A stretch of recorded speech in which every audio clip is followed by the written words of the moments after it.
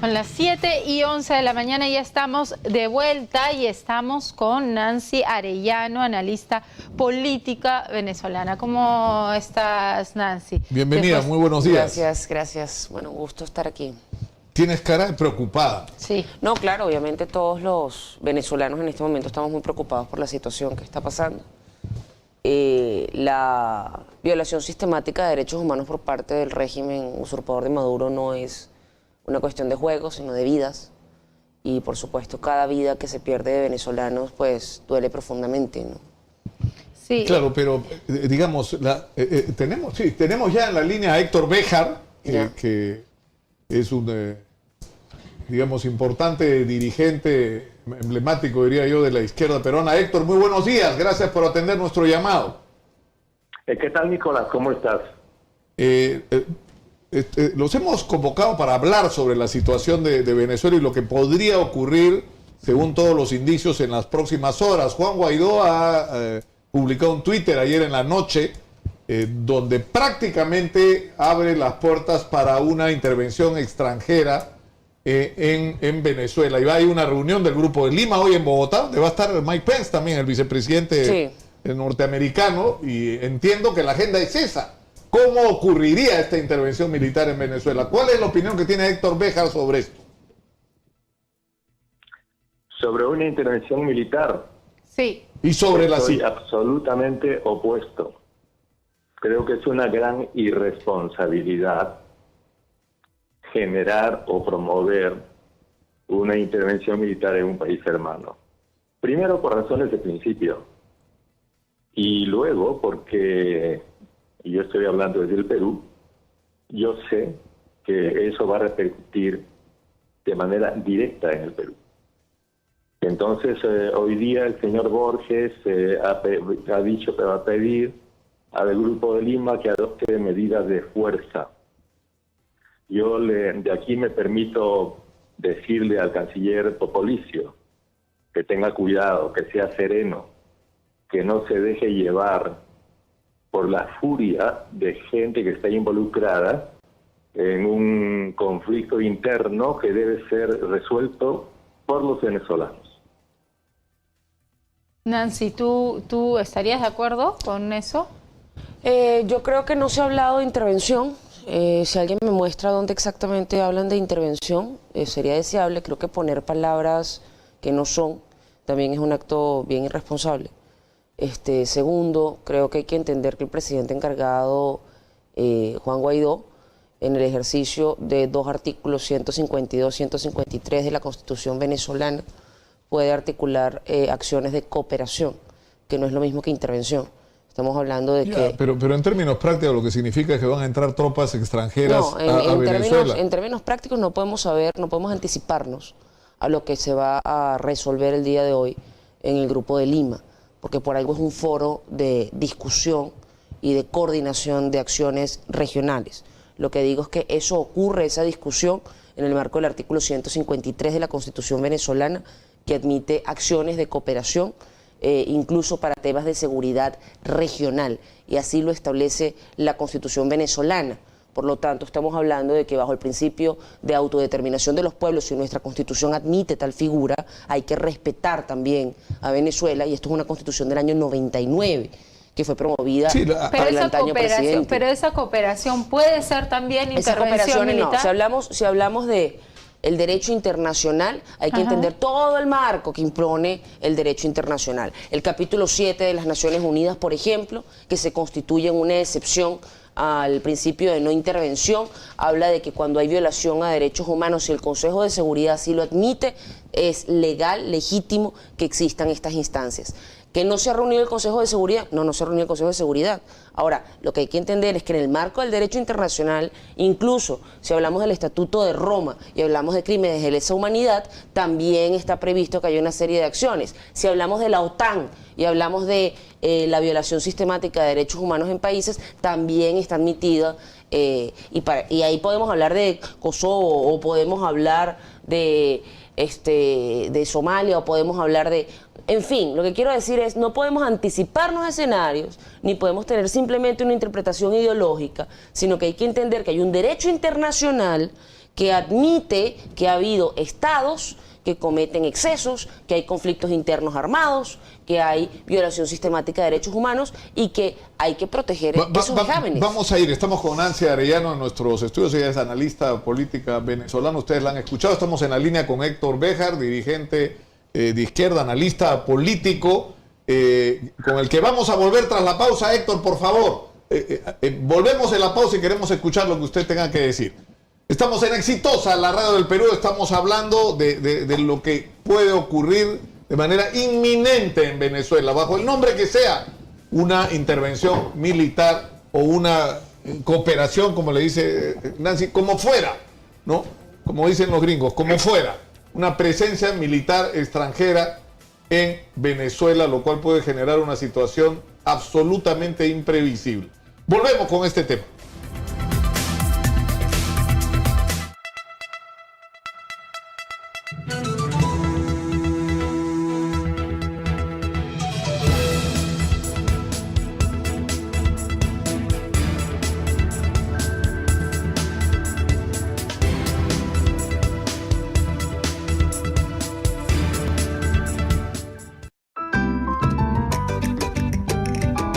Moquegua, en quechua, Muquigua.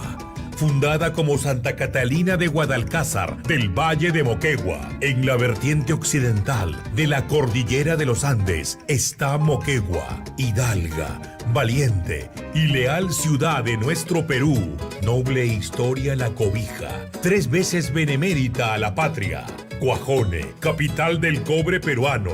Moquegua, perla de Los Ángeles, tierra del sol, de la vid y la amistad. Frutas por doquier, vinos y piscos, alfajores, guargueros, voladores, suspiros, tortas de maíz, roscas, manjar blanco, hojaldrilla, turrones, todo eso y mucho más es Moquegua, exitosa por su gente. Moquegua, exitosa, te informa con la verdad.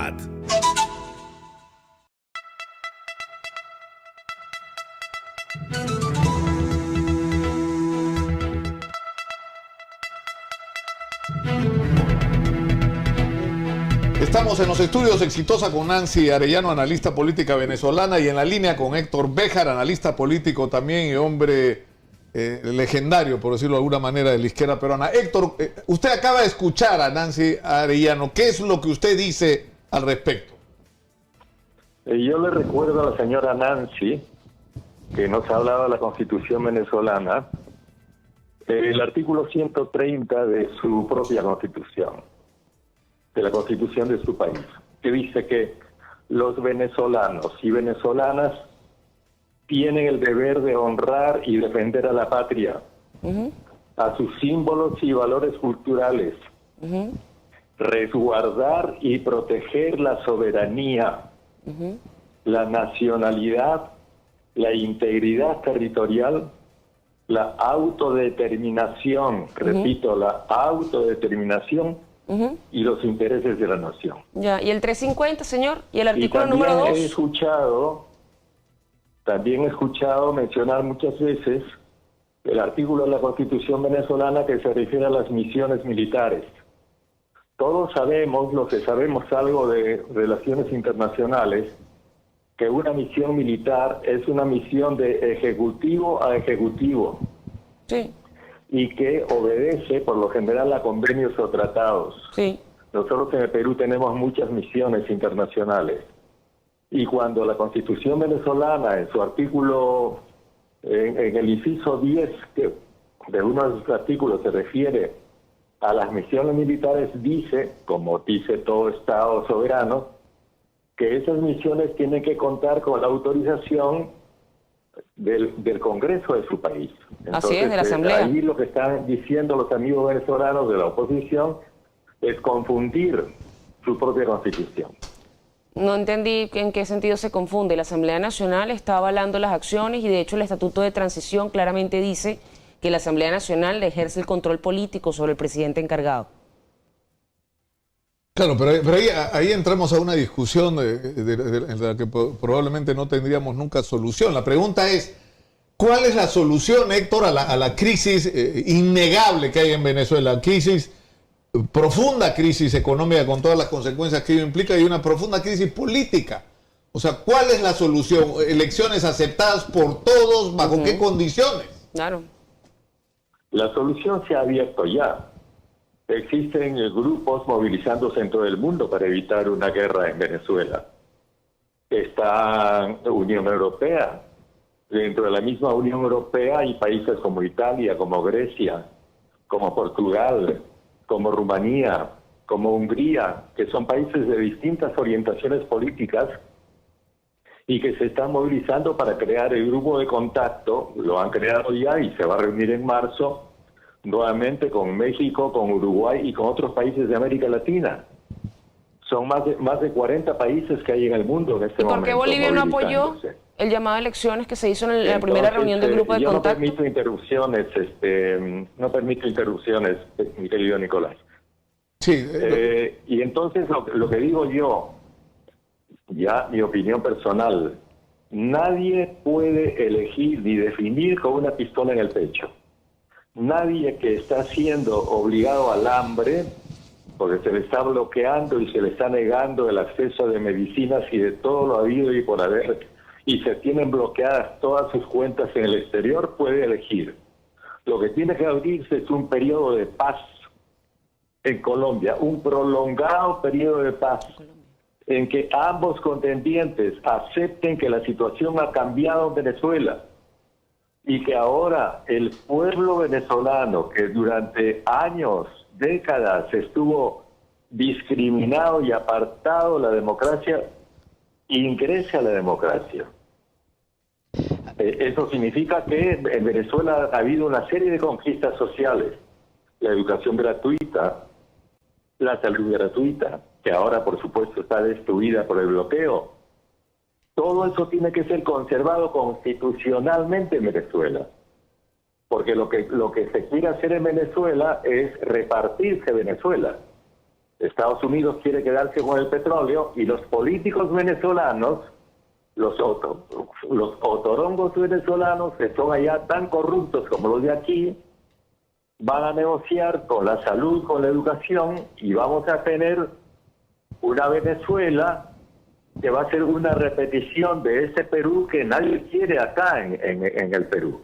Justamente estamos hablando, han estado hablando ustedes del caso de las AFP. Entonces también vamos a tener AFP en Venezuela.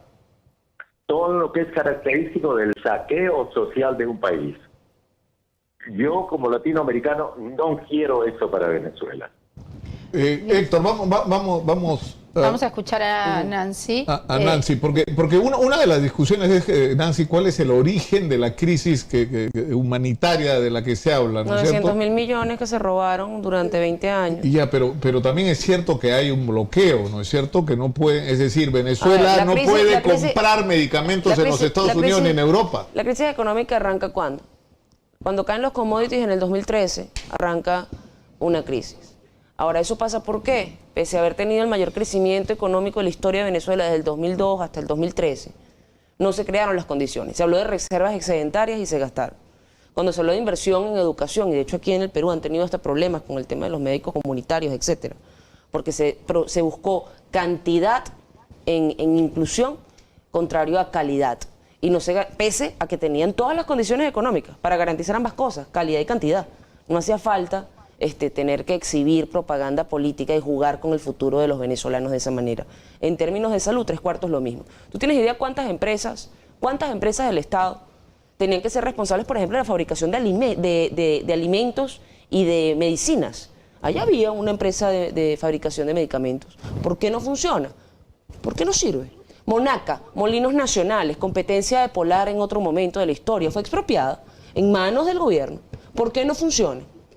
Lácteos Los Andes, otra empresa también paradigmática que competía con Parmalat. ¿Por qué no funciona? O sea, por favor, el tema de lo del bloqueo y de la guerra económica y toda la historia, ¿de cuándo es? El tema de la justificación irracional ¿Cuánto se importó? ¿Cuánto se importó desde el Perú? ¿Cuánto se importó desde Paraguay, desde Uruguay? ¿Cuánto se importó desde Argentina? ¿Cuánto se usó en el sistema Cadivi? ¿Cuánto se devaluó la moneda? Cuando arrancó el control de cambio en el 2003, estaba 500 bolívares por dólar. Estamos hablando que ahorita las cifras ya son incontables, han quitado ya 8 ceros de la moneda, ¿vale? Con control de cambio, teniendo el control sobre toda la política macroeconómica, el control sobre PDVSA. Y se hicieron un cambio en la matriz de venta de PDVSA y aumentaron las ventas hacia Asia. Ahorita mismo le están vendiendo a India. Claro, pero eso es como que no hay plata. Pero eso está claro, Nancy. Es decir, eso está fuera de discusión. Es decir, tú tienes una profunda crisis que tiene que ver con una ineficiencia en la gestión pública. Yo he discutido... Ladronismo. Pero irresponsabilidad. Es decir, que tú no le puedes echar la culpa a terceros después de 20 años de los problemas que tienes en tu propio país cuando tú has tenido todos los resortes del poder en la mano. Completo. ¿No es cierto? Pero de ahí cómo saltas a que la solución a esa crisis es una intervención militar extranjera. No, es lo que estamos hablando es que hay varias cosas que no nos podemos saltar, ¿vale? O sea, nosotros no nos podemos saltar que montaron una Asamblea Nacional Constituyente inconstitucional. No nos podemos saltar las elecciones del 20 de mayo, donde violentaron nuevamente la Constitución y donde este señor no tiene legitimidad de origen para nada y por eso no es el presidente de Venezuela, sino que es un ejecutivo usurpador. Eso no nos los podemos saltar. O sea, la Constitución no puede ser un traje de medida, ¿vale? No puede ser un objeto de propaganda política cada vez que nos da la gana, cuando hay gente que se está muriendo en nombre de la justicia social. Cuando tú has tenido más de 900.000 millones de dólares administrados por ti, como para hablar de crisis. Pero Nancy, tú estás diciendo que no se está hablando ni se ha hablado, se está especulando se está especulando, se está usando como propaganda política. Aquí estamos claros. Estaba el ejército de Estados Unidos intentando entrar ahorita el sábado. ¿Vimos algún uniformado estadounidense en la frontera? Bien, ya. Tú dices que se está hablando y se está adelantando un juicio de una intervención militar. Pero para ti, ¿esa sería la única solución? No, yo no creo que esa sea la única solución. Lo que creo que también hay que entender que Latinoamérica no tiene la minoría de edad que todo el mundo quiere adjudicarle.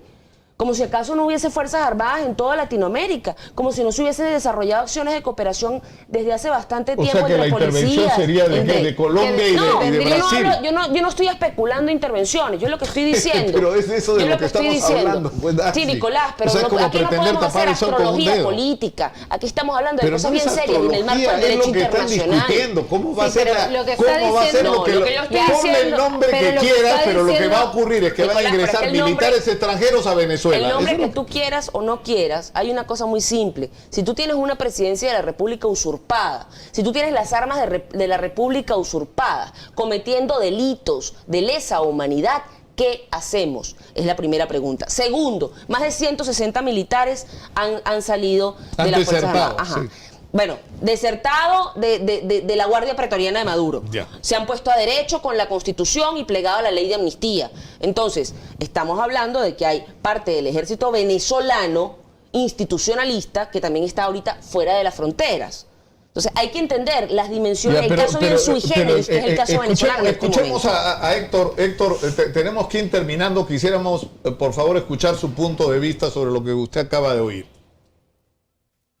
Bueno, lo que yo digo es que, en primer lugar, lo que dice la señora acerca de las medicinas y la fabricación en Venezuela, todo lo demás, todos sabemos que las medicinas no se fabrican íntegramente en ningún país.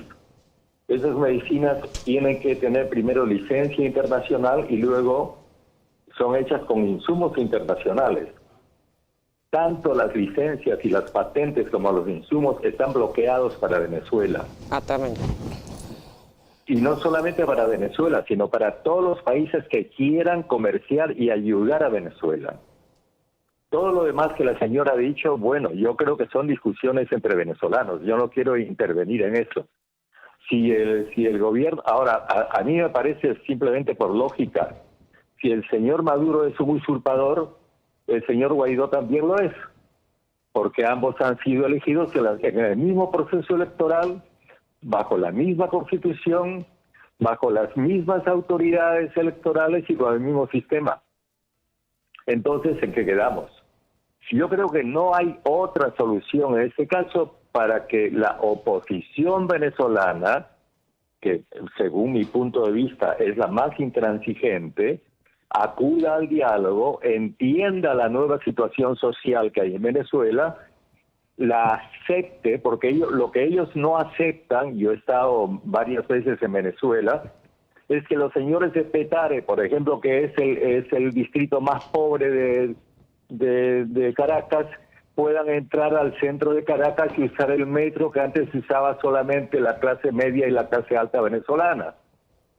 Entonces, dentro de la misma Venezuela hay un tema de discriminación racial contra los pobres, contra los negros, contra la gente de los cerros, que el gobierno de Chávez eliminó, independientemente de si estemos o no de acuerdo con él. Ese mar social, ese cambio social tenía que producirse. Y eso es lo que no aceptan estos señores que quieren regresar a la situación anterior de 1950 en Venezuela, que teníamos la Venezuela rica, la Venezuela petrolera, pero la Venezuela en la cual el 10% de la población aprovechaba el petróleo mientras el 90% miraba y se moría de hambre. Esa es la verdad. Tenemos que terminar por hoy, Héctor. Le agradecemos muchísimo su participación y vamos a estar en contacto porque estoy absolutamente seguro que el tema de Venezuela va a convertirse en un tema más cercano a nosotros del que quisiéramos. Muchas gracias por atendernos. Gracias. Héctor Béjar ha estado en la línea. Tenemos que terminar. Ya, bueno, primero que nada, son dos procesos electorales distintos. Uno fue el proceso de 2015, otro es el proceso de 2017. Son dos consejos nacionales distintos. Justamente lo que se critica de las elecciones de Maduro es que hubo una elección anticipada en la sustitución de los rectores del Jurado Nacional de Elecciones en Venezuela, que es el CNE, y por esa razón es que se cuestiona la elección, igual que los observadores internacionales, que tampoco asistieron a las dos. En el caso de Guaidó, además, estamos hablando de que fue electo como congresista, como diputado, y que le asiste la Constitución para tomar la posición que está tomando en este momento como encargado, presidente encargado, debido a la violación de los estándares electorales en la elección del 20 de mayo. Entonces, no es lo mismo. Y segundo, lo del racismo, clasismo, etcétera, eso es propaganda, me vas a disculpar, pero absurda. Empezando ¿por qué? Porque lo del metro de Caracas, bueno, Petare no es un distritito, es la barriada más grande de Caracas, donde gente como Oscar Pérez, por ejemplo, con quien sabes que yo he estado trabajando y echándole como todos. Entonces, lo del tema del cuentito del racismo es una cosa bien ridícula. De hecho, les invito a revisar una cosa que se llama Las Tres Potencias, que es parte del ideario colectivo venezolano, donde está María Leonza, el negro primero y el cacique Guaycaipuro. En Venezuela, de hecho, se habla históricamente, y Vinicio Romero Martínez da fe de eso, y por cierto era chavista durante un tiempo y fue constituyentista, y fue mi profesor. Decía que Venezuela más había sido una guerra de independencia por la igualdad que por la libertad. Nancy, para terminar en una frase. Está cerrada completamente cualquier posibilidad de que la oposición, los representantes de Juan Guaidó, se sienten con los chavistas y busquen un término de entendimiento a través del Vaticano, a través de la Unión Europea, a través de la mesa que se ha planteado en Uruguay. El diálogo sincero, como planteaba un Junger Habermas, entre iguales, sin pactos subrepticios, directos, para entender que hay que cesar la usurpación, ir a un gobierno de transición y elecciones libres, no está cerrado. El entendimiento tiene que ir por ahí y parte del chavismo hoy apoya eso. Vean a Nick Merevans, el Pollo Carvajal, favor. Nancy Arellano ha estado con nosotros. Vamos a la pausa, regresamos con más. Esto es Exitosa, la radio del Perú. Volvemos.